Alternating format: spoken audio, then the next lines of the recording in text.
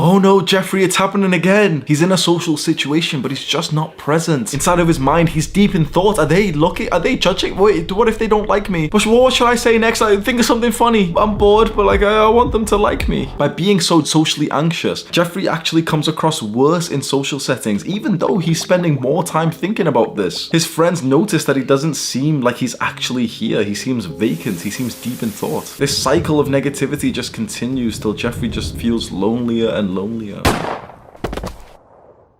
Adonis is a social butterfly. So charismatic, so charming, so confident. There are no anxious thoughts inside of Adonis's brain. In fact, there are no thoughts at all. He's totally present. How can we get like this? Aren't you tired of overthinking social situations? Don't you wish that you could just be around your friends or even new people and just be present and be charming and charismatic and not be just constantly thinking about things in your mind? Let's talk about friends. Friends are made through interests. And the reason why you're struggling with friends is because you're not interesting. Now you think you are. You think you're a totally unique, special person. You've been like spoon-fed this fucking, what is it? Like leftist propaganda. I don't know what it would be politically or whatever, but you've been spoon-fed this idea that you're unique and you're special and you're so, you're special. We're all fantastic. No, you're not, bro. You're not that special. You consume the same media as everyone else. You're nothing. Honestly, I know that sounds horrible, but if you're struggling to make friends, it's because you're not even living an interesting life that other people want to join. This is the one channel where you're going to hear the truth. I'm not going to do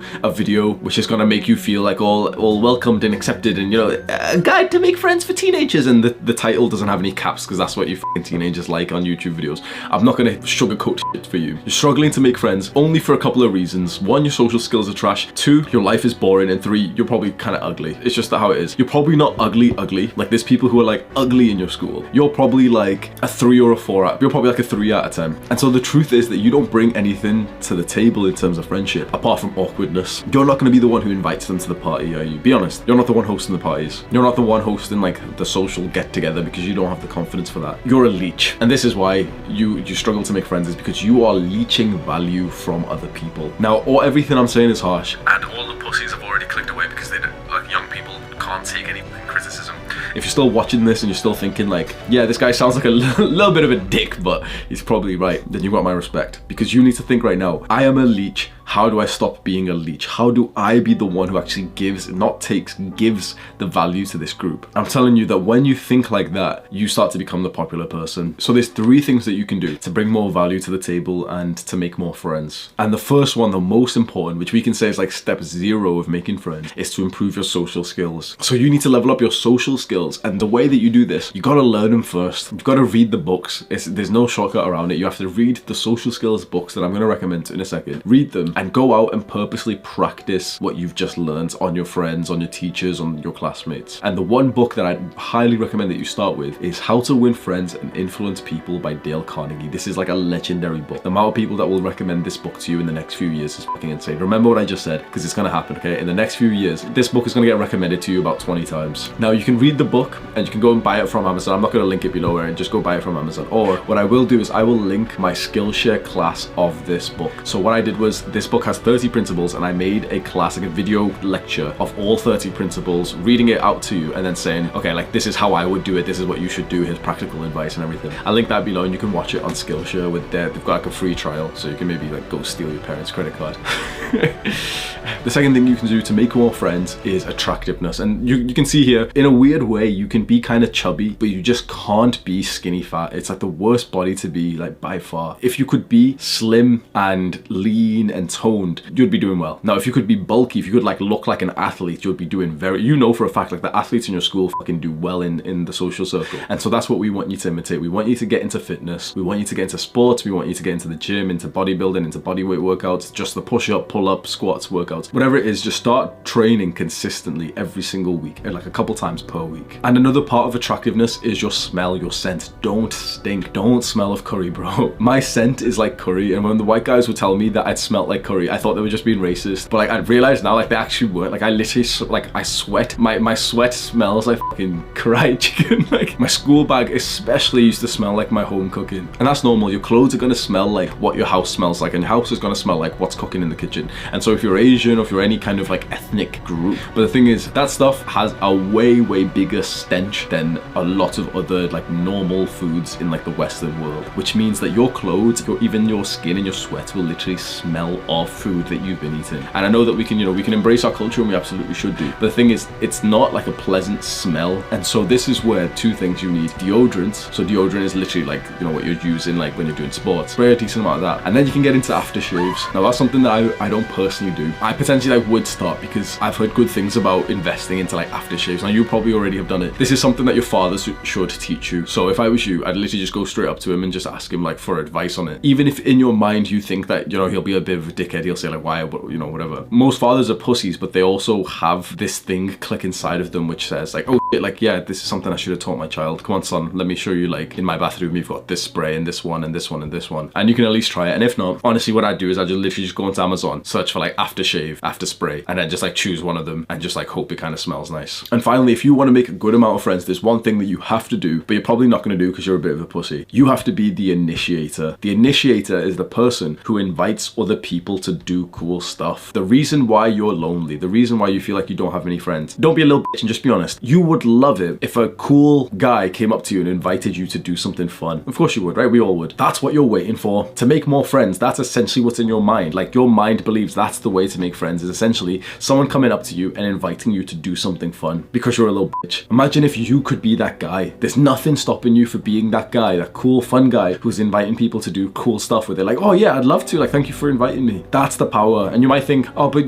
that's what would I invite people to? There we go. That shows that you're not living like a fun life, fun, interesting life. So first, before you become the initiator, you've got to go and start doing things which are actually like fun for you and also fun for other people. And it has to be something in person. It's as simple as going for like exercise outside, going for runs consistently. The easiest way and the fastest way to make friends is literally to just join a club, join a hobby. Those type of clubs have been made to make friends at. And your experience in life is going to be so suboptimal if you are someone who just kind of like, thinks about joining martial arts or scouts or cadets or any like random club, like the sports team or something, and you just kind of never do it. You have such a different life when you are an active participant in one of these clubs. On top of that, if you've got the other things checked off, if you've got social skills, if you're feeling attractive, if you're not like stinky or you've got like some hideous trait about you, and you also invite people there, then you can go to these same clubs and be the one who initiates extra contact and invites them to do something outside of that club. Like, this is how you literally power level your friendships. So I want to give you some like practical advice that you can follow, because me telling you, okay, join a club, everyone else has told you to join a club and you haven't done it. What I would say is look in your school. They will have clubs that I know that you think that you can't go to them because it's been like the middle of the year, you were supposed to go at the start. You can literally just rock up to one of the training days and you literally just go up to the person, the coach who's running it, and literally just say, hi, it's my first time. I'm not really good at football, but I really want to practice and get good at it, and I really wanted to be part of the team. They will literally just let you train with them. And of course you'll have to go through the trials and tribulations. You'll have to like have a couple of sessions where no one really knows you. But after that, like, people begin to know you, begin to have friends with them. I can tell you from my personal experience that one thing that really helped me when I was a teenager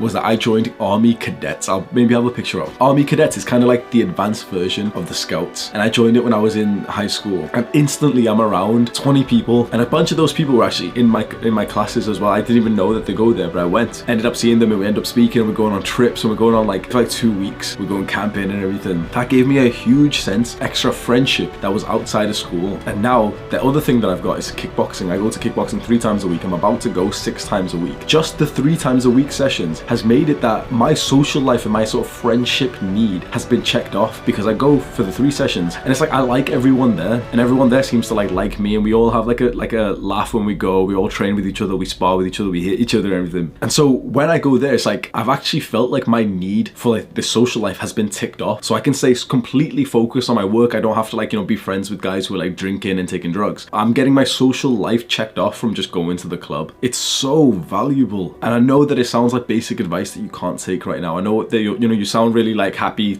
hearing this advice, but you're just not going to take it. It really needs the sacrifice of time and for you to experience the discomfort of going to somewhere new, how to dominate the high school social ladder. So this comes down to a few traits. It comes down to attractiveness, social skills, and the clubs and sort of environment in high school that you surround yourself yourself with. So to dominate the social ladder, essentially it means to be popular, and quite frankly, unfortunately, to be popular in high school, especially when you get to the later years of 16 to 18, that's when popularity oftentimes is mixed with instant gratification. And so a huge sense of popularity will come from partying and drinking and taking drugs. So to dominate the social scene, what you'll do is you will make your own social circle. Remember, by the friends advice that we spoke about, where you'll be the initiator, you'll be the attractive person who's inviting people to do fun stuff, which in this case, honestly, it's going to be like parties. And then you're going to make the social circle so good and vibrant that other people would want to join you. And essentially, you're growing as a smaller tribe inside of school. Now, you can choose to do that, or you can choose to dominate a different scene in school, which would be focused more on delayed gratification, which will not be as popular. Let's just be honest. Like, I'm literally talking about like starting a study group or a business club. It's not going to be as popular. You won't like dominate in the same sense of like, you know, going to parties and hooking up with girls. But in my opinion, you would probably get more of a benefit by doing it this way, by thinking, okay, who are really the high level people in this class, in this school, that you'd want to network with and be friends with. So you've got to really think to yourself, do you want the instant gratification of like the parties right now, knowing that it's literally only going to be a detriment to the rest of your life? Or would you potentially want to dominate and actually like really get into a good high quality social circle, which then those people you'd actually want to continuously be friends with? Because imagine if you left school, instead of having like, you know, just parties and stuff, but you left school, a couple of guys who were in like your business club, and you were all friends and you were all trying business ideas in college, and you were all living together after that, and you were grinding together. Or maybe you like really focused on your fitness and you like was really popular in your athletic group, and now you've left high school and college with a bunch of like other athletes, and you're all like doing competitions and stuff together. That's a lot better. And again, this is all about just improving your social skills, trying to be as attractive as possible, and then inviting people to do stuff. And specifically with this question of dominating, you really just have to interconnect different groups together to grow your group even bigger. So imagine you start hosting the parties, well then there's a group of girls over there, you invite them. There's a group of guys, you invite them, and then you've got like a huge network growing up. This was literally all the wisdom that I have for anyone who's a teenager. If I could just give you one more message, I'm just thinking about younger Hamza when he was a teenager. It really does take a lot of time. The things that you want to accomplish, especially if you're feeling like you're quite new to self-improvement, you're watching my videos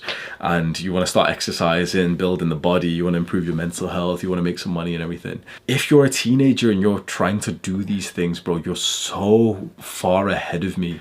I'm literally a year and a half into this. I'm 24 years old. I started this when I was about 22. Yeah, I started this when I was about like 22, 23 years old. And look at how much my life has changed because of this. If you're starting, let's say you're 15 or 16 or 17 or 18, you are so much ahead of me. Just stay on that same purpose. And if I could just give you the one final thing, just try to just not distract yourself with the modern day technology. Try to limit your time on social media, on YouTube and everything. Your future self is going to look back at you, and he's either going to look back at you with pride or with resentment. And there's no way that he's going to look back and say, oh, I'm so glad that younger me spent so much time scrolling on Instagram and jacking off on models. He's never going to say that. He is going to say, I'm so glad the younger version of me started going to the gym, especially when he didn't feel like it. And you are going to be your older self sooner than you think. So do the hard work, especially when you don't feel like it.